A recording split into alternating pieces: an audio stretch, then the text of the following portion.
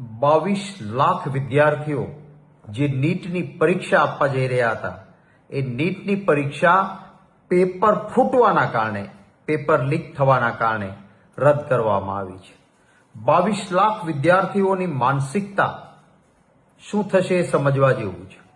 કોઈ પણ વ્યક્તિ તૈયારી કરતો હોય, વિદ્યાર્થી પરીક્ષાની પૂરી તૈયારી બાદ એ પરીક્ષા જ્યારે રદ થાય છે ત્યારે વિદ્યાર્થીની ઉપર સાયકોલોજીકલ, માનસિક રીતે જબરજસ્ત દબાવ ઉભો થાય છે.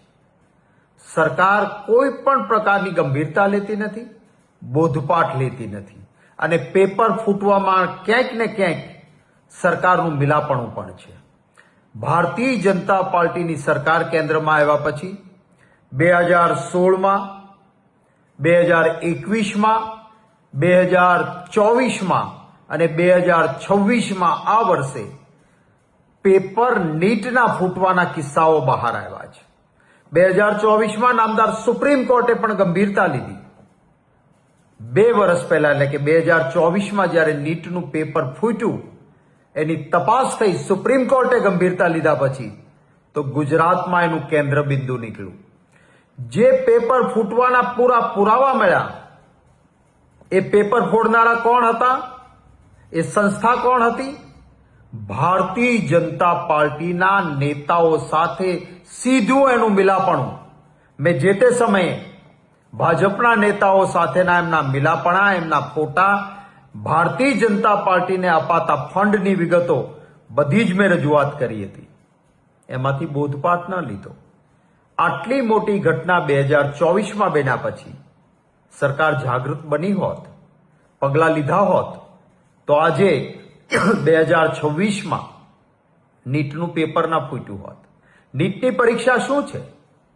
જે ડોક્ટર ઉચ્ચ અભ્યાસ માટે બનવા જઈ રહ્યો છે અથવા જે ડોક્ટર બને છે, જેને આવતા દિવસોમાં માનવ જીવન સાથે એની સારવારનું કામ કરવાનું છે, પેપર ફૂટેલા વ્યક્તિ જો નીટની પરીક્ષાના પૈસા આપીને પૈસાદાર લોકોના છોકરા પેપર ફોડીને નીટની એક્ઝામમાં ગરીબ મધ્યમ વર્ગના મહેનતુ દીકરાઓ દીકરીઓથી આગળ નીકળીને એડમિશનો લઈ લે અને આવા લોકો ડોક્ટર બને તો માનવની જિંદગી સાથે પણ ચેડા થાય.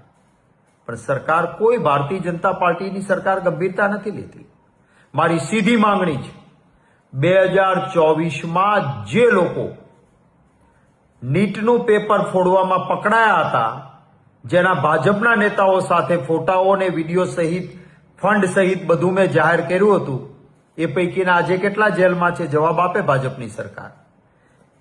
આવું બધું થાય ત્યારે હોવા થાય, એ પછી એ લોકોના જામીન થઈ જાય, એ લોકો બહાર નીકળી જાય, એને કોઈ કડક સજા ન થાય, એના વરઘોડા ના નીકળે. અમરેલીમાં કોઈ પાટીદાર દીકરીનો વરઘોડો કાઢનારાએ નીટની પરીક્ષામાં જે તહોમતદારો ગુજરાતમાં પકડાયા હતા એનો કોઈ વરઘોડો ન નીકળ્યો, એના કોઈના ટાંટિયા ના તૂટ્યા, એના ઘર ઉપર બુલડોઝર ન ગયા, કારણ કે આ પરીક્ષાના પેપર ફોડનારા તો ભાજપના નેતાઓ સાથે મળેલા હતા. આ ન ચાલે.